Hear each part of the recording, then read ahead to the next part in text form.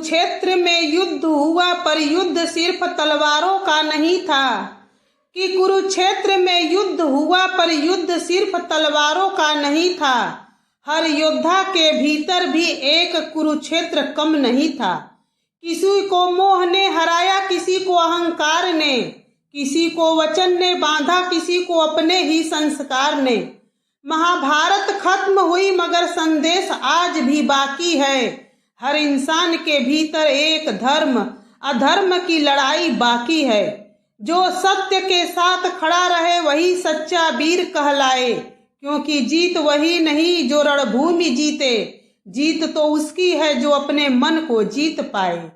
जय श्री कृष्ण। दोस्तों, स्वागत है आपका अपने ही YouTube चैनल ममता ज्ञान संग्रह में। दोस्तों, महाभारत का युद्ध समाप्त हो चुका था, लेकिन उस रात विदुर ने संजय को ऐसे रहस्य बताए जिन्हें जानकर स्वयं संजय भी स्तब्ध रह गए। इन रहस्यों का उल्लेख बहुत कम लोग जानते हैं और यह रहस्य महाभारत को देखने का आपका दृष्टिकोण बदल सकता है। दोस्तों, राजसभा के विशाल स्तंभ के पास विदुर मौन खड़े थे। उसी समय संजय धीरे धीरे उनके समीप आए। संजय ने विदुर को प्रणाम किया। संजय बोले, महात्मा विदुर, युद्ध समाप्त हो गया। मैंने दिव्य दृष्टि से वह सब देखा जो संसार कभी नहीं देख सका। फिर भी कुछ ऐसे रहस्य हैं जिन्हें आज तक कोई नहीं समझ पाया। क्या आज आप उन रहस्यों से पर्दा उठाएंगे? विदुर ने कहा, संजय, युद्ध समाप्त हुआ है, लेकिन उसके रहस्य आज भी जीवित हैं। कुछ सत्य ऐसे हैं जिन्हें उस समय भी छिपाया गया था, क्योंकि यदि वे पहले प्रकट हो जाते तो इतिहास ही बदल जाता। संजय ने पूछा, महात्मा विदुर, सबसे पहले मैं आपके विषय में जानना चाहता हूँ। लोग आपको महर्षि व्यास का पुत्र कहते हैं, लेकिन जब भी मैं आपको देखता हूँ ऐसा लगता है मानो स्वयं धर्म आपके भीतर बैठा हो। क्या आपके जन्म के पीछे कोई ऐसा रहस्य है जिसे संसार नहीं जानता? विदुर कुछ क्षण मौन रहे, फिर उन्होंने संजय की ओर देखा। विदुर ने कहा, हाँ संजय, यह रहस्य बहुत कम लोग जानते हैं। मैं केवल महर्षि व्यास का पुत्र नहीं था। मेरा जन्म एक श्राप का परिणाम था। एक समय महर्षि मांडव्य को बिना अपराध कठोर दंड दिया गया। उन्होंने जब धर्मराज यम से इसका कारण पूछा तो यमराज ने कहा कि बचपन में किए गए एक छोटे से अपराध का यही फल है। यह सुनकर महर्षि मांडव्य क्रोधित हो उठे। उन्होंने कहा, जिसने न्याय की मर्यादा तोड़ी है उसे स्वयं मनुष्य बनकर न्याय का भार उठाना होगा। उसी श्राप के कारण धर्मराज यम को पृथ्वी पर जन्म लेना पड़ा। वही यम विदुर कहलाए। संजय कुछ क्षण तक विदुर को देखते रह गए। संजय बोले, तो क्या यही कारण था कि दुर्योधन का भय, धृतराष्ट्र का मोह और शकुनी की कुटिलता भी आपको धर्म से विचलित नहीं कर सकी? विदुर ने कहा, धर्म को झुकाया जा सकता है, हराया नहीं जा सकता। मैं जानता था कि कौरवों का अंत निश्चित है, फिर भी मेरा कर्तव्य उन्हें बार बार चेतावनी देना था। जो धर्म जानकर भी मौन रहता है उसका पाप अधर्मी से भी बड़ा होता है। संजय ने गहरी सांस ली। संजय बोले, यदि आपको सब ज्ञात था तो क्या आपको यह भी ज्ञात था कि कौरव वंश में कोई ऐसा भी होगा जो विनाश से बच जाएगा? विदुर ने कहा, हाँ, और वह था युयुत्सु। संजय चौंक उठे। संजय ने पूछा, युयुत्सु? धृतराष्ट्र के 100 पुत्रों में वही अकेला कैसे बच गया? क्या यह केवल संयोग था? विदुर ने कहा, नहीं संजय, युयुत्सु का जीवित बचना संयोग नहीं, समय की योजना थी। जब समस्त कौरव अधर्म के पक्ष में खड़े थे तब युयुत्सु ने धर्म का साथ चुना। युद्ध आरंभ होने से पहले ही उसने पांडवों की ओर जाने का निर्णय लिया। बहुत कम लोग जानते हैं कि उस दिन श्री कृष्ण ने उसे देखकर केवल मुस्कुराए थे, क्योंकि वे जानते थे कौरव वंश का अंतिम दीपक यही होगा। युद्ध के बाद हस्तिनापुर की प्रजा को संभालने वाला भी वही बना। यदि युयुत्सु भी मारा जाता तो धृतराष्ट्र के वंश का नाम लेने वाला कोई नहीं बचता। संजय गंभीर हो गए। संजय बोले, महात्मा विदुर, धर्म ने युयुत्सु को बचा लिया, लेकिन एक और व्यक्ति था जिसका जन्म ही रहस्य बन गया।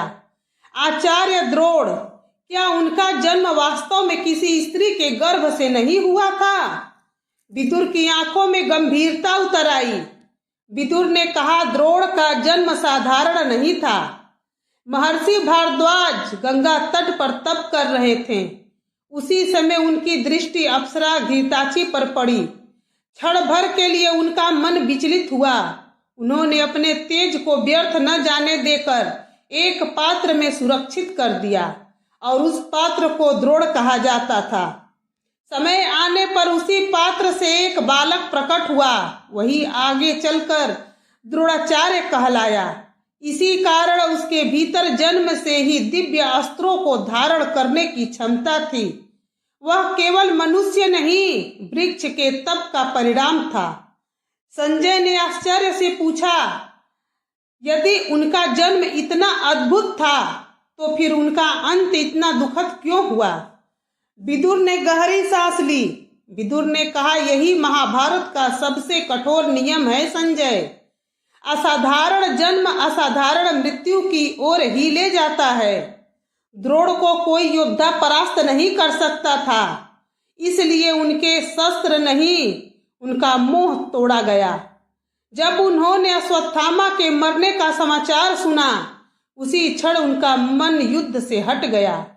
जिसने संसार को अस्त्र चलाना सिखाया, उसी ने अंत में अपने अस्त्र स्वयं त्याग दिए। संजय कुछ क्षण तक मौन खड़े रहे। फिर उन्होंने धीरे से कहा, महात्मा विदुर, यदि द्रोणाचार्य का जन्म और मृत्यु दोनों ही असाधारण थे, तो एक और रहस्य वर्षों से मेरे मन में है। भीष्म पितामह सरसैया पर पड़े रहे। असंख्य बाण उनके शरीर को भेद चुके थे, फिर भी मृत्यु उन्हें स्पर्श नहीं कर सकी। क्या यह केवल वरदान था या इसके पीछे भी कोई गूढ़ रहस्य छिपा था? विदुर ने संजय की ओर देखा। विदुर ने कहा, संजय, लोग केवल इतना जानते हैं कि भीष्म को इच्छा मृत्यु का वरदान प्राप्त था, परंतु बहुत कम लोग जानते हैं कि वह वरदान उन्हें बिना कारण नहीं मिला था। जब देवव्रत ने अपने पिता महाराज शांतनु के सुख के लिए आजीवन ब्रह्मचर्य और सिंहासन त्यागने की प्रतिज्ञा ली, तब संपूर्ण देवगण भी आश्चर्यचकित रह गए। उस दिन शांतनु ने कहा, पुत्र, आज तुमने अपने जीवन का नहीं, अपने भविष्य का भी त्याग कर दिया है। इसलिए मैं तुम्हें ऐसा वर देता हूं कि मृत्यु भी तुम्हारी आज्ञा के बिना तुम्हें स्पर्श नहीं करेगी। यही कारण था कि युद्ध भूमि में गिरने के बाद भीष्म जीवित रहे। लेकिन संजय तुरंत बोले, लेकिन क्या महात्मा? विदुर ने कहा, लेकिन उन्होंने केवल वरदान के कारण प्राण नहीं रोके थे। वे सूर्य के उत्तरायण होने की प्रतीक्षा कर रहे थे। उन्हें ज्ञात था कि उत्तरायण में देह त्यागने वाला उच्च लोक प्राप्त करता है, इसलिए उन्होंने पीड़ा सह ली, पर समय आने से पहले मृत्यु को स्वीकार नहीं किया। संजय की आंखों में आश्चर्य था। फिर संजय बोले, महात्मा, मैंने यह सब अपनी आंखों से देखा, पर आज एक और रहस्य मुझे व्याकुल कर रहा है। मैं एक साधारण सारथी था, फिर महर्षि व्यास ने दिव्य दृष्टि मुझे ही क्यों दी, धृतराष्ट्र को क्यों नहीं? विदुर कुछ क्षण मौन रहे। फिर विदुर ने कहा, महर्षि व्यास पहले धृतराष्ट्र के पास गए थे। उन्होंने कहा, राजन, यदि चाहो तो मैं तुम्हें दिव्य दृष्टि प्रदान कर सकता हूँ, जिससे तुम युद्ध अपनी आंखों से देख सको। धृतराष्ट्र कांप उठे। उन्होंने उत्तर दिया, मैं अपने पुत्रों का वध अपनी आंखों से नहीं देख सकता। तब महर्षि व्यास तुम्हारे पास आए। उन्होंने कहा, संजय, आज से तुम्हारी दृष्टि केवल नेत्रों की नहीं रहेगी, तुम वहां भी देखोगे जहां कोई नहीं देख सकता। उसी क्षण तुम्हें दिव्य दृष्टि प्राप्त हुई। संजय ने धीरे से पूछा, क्या मैं केवल युद्ध देख रहा था या कुछ और भी? विदुर मुस्कुराए। विदुर ने कहा, तुम केवल युद्ध नहीं देख रहे थे, तुम योद्धाओं के मन भी देख रहे थे।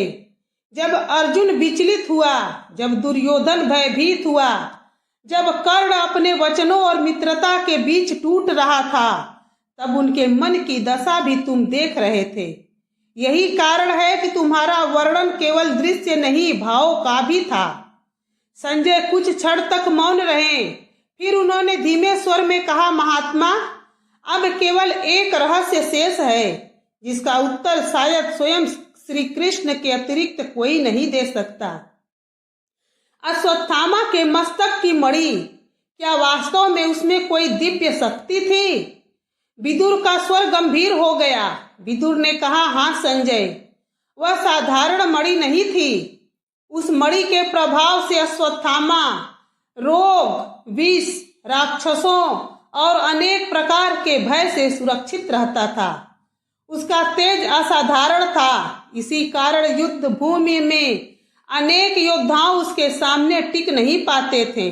लेकिन मनुष्य की सबसे बड़ी शक्ति यदि अहंकार के साथ जुड़ जाए तो वही उसके विनाश का कारण बनती है। संजय ने पूछा, क्या यही कारण था कि श्री कृष्ण ने उससे वह मणि छीन ली? विदुर ने उत्तर दिया, हाँ। जब अश्वत्थामा ने रात्रि में सोते हुए उप पांडवों का वध किया, तब उसने अपनी समस्त मर्यादा खो दी। उसने ब्राह्मणत्व भी खो दिया और योद्धा धर्म भी। तब श्री कृष्ण ने कहा, जिसने सोते हुए बालकों का वध किया है वह इस दिव्य मणि का अधिकारी नहीं रह सकता। अर्जुन ने उसके मस्तक से वह मणि निकाल ली। उसी क्षण उसका तेज समाप्त हो गया। उसके मस्तक पर ऐसा घाव बना जो युगों तक नहीं भरेगा और फिर उसे पृथ्वी पर भटकने का श्राप मिला। संजय ने गहरी सांस ली। फिर उन्होंने कहा, आज मैं समझ गया महात्मा विदुर कि महाभारत युद्ध में किसी का विनाश केवल शस्त्रों से नहीं हुआ। किसी को उसके वचन ने हराया, किसी को उसका मोह, किसी को उसका अहंकार और किसी को उसका क्रोध। विदुर ने शांत स्वर में कहा, यही महाभारत का सबसे बड़ा रहस्य है संजय। युद्ध बाहर नहीं जीते जाते, पहले मनुष्य अपने भीतर हारता है, फिर रणभूमि में पराजित होता है। महल में फिर सन्नाटा छा गया। संजय ने विदुर को प्रणाम किया और उस रात हस्तिनापुर की निस्तब्धता में केवल एक ही सत्य गूंज रहा था। महाभारत का अंत युद्ध से हुआ था, लेकिन उसके रहस्य आज भी जीवित हैं।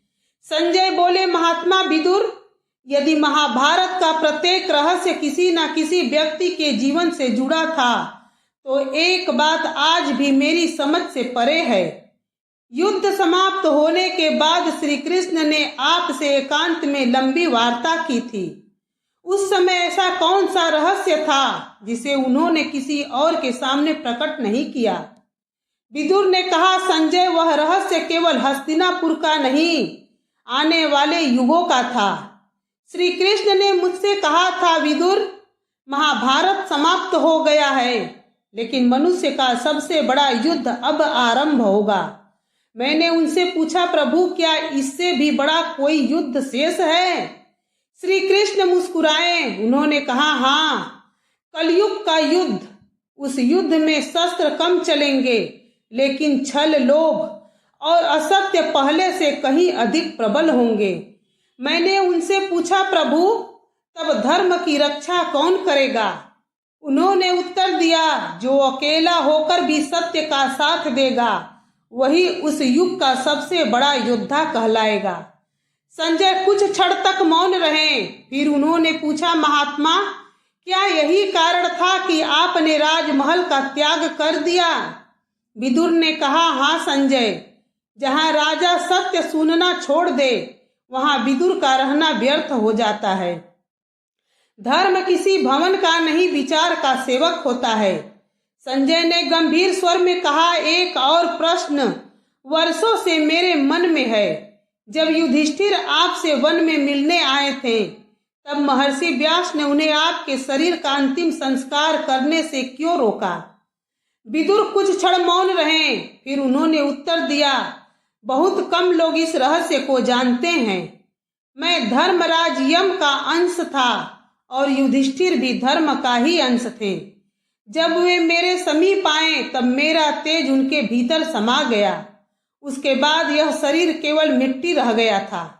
इसलिए महर्षि व्यास ने कहा, जिसका तेज अपने मूल में लौट चुका हो उसके शरीर का शोक मत करो। संजय की आंखों में आश्चर्य झलक उठा। संजय बोले, तो क्या उस दिन युधिष्ठिर पहले से अधिक तेजस्वी हो गए थे। विदुर ने कहा, हाँ संजय। संजय ने विदुर की ओर देखा और कुछ क्षण तक मौन रहे। उनके मन में जैसे वर्षों से उठ रहे अनेक प्रश्नों के उत्तर एक साथ मिल गए थे। संजय ने कहा, महात्मा विदुर, आज मुझे समझ आया कि महाभारत केवल कुरुक्षेत्र में लड़ा गया युद्ध नहीं था। यह मनुष्य के भीतर चलने वाले धर्म और अधर्म का युद्ध था। किसी को उसके अहंकार ने हराया, किसी को मोह ने, किसी को क्रोध ने और किसी को अपने ही वचनों ने। विदुर ने शांत स्वर में कहा, संजय, यही महाभारत का सबसे बड़ा सत्य है। युद्ध समाप्त हो जाता है, लेकिन उसके दिए हुए संदेश कभी समाप्त नहीं होते। हर युग में कुरुक्षेत्र बदलता है, पात्र बदलते हैं, परिस्थितियां बदलती हैं, लेकिन धर्म और अधर्म का संघर्ष हमेशा जीवित रहता है। महल में फिर गहरा सन्नाटा छा गया। उस रात संजय ने विदुर से जो रहस्य सुने वे केवल महाभारत के पात्रों की कहानी नहीं थे, बल्कि मानव जीवन के उन सत्यों का आईना थे जिन्हें हम अक्सर अनदेखा कर देते हैं। दोस्तों, अगर आपको महाभारत के ऐसे ही अनसुने रहस्य, संवाद और गूढ़ प्रसंग जानना पसंद है तो वीडियो को लाइक जरूर करें, अपने परिवार और मित्रों के साथ शेयर करें और ऐसे ही रोचक एवं रहस्यमय कथाओं के लिए हमारे चैनल ममता ज्ञान संग्रह को सब्सक्राइब करना बिल्कुल ना भूलें, क्योंकि महाभारत की कहानी समाप्त हो चुकी है, लेकिन उसके रहस्य आज भी जीवित हैं। और कौन जाने अगला रहस्य महाभारत के उसी पन्ने में छिपा हो जिसे आपने कभी पढ़ा ही ना हो। मिलते हैं अगली कथा के साथ, तब तक के लिए धन्यवाद। जय श्री कृष्ण।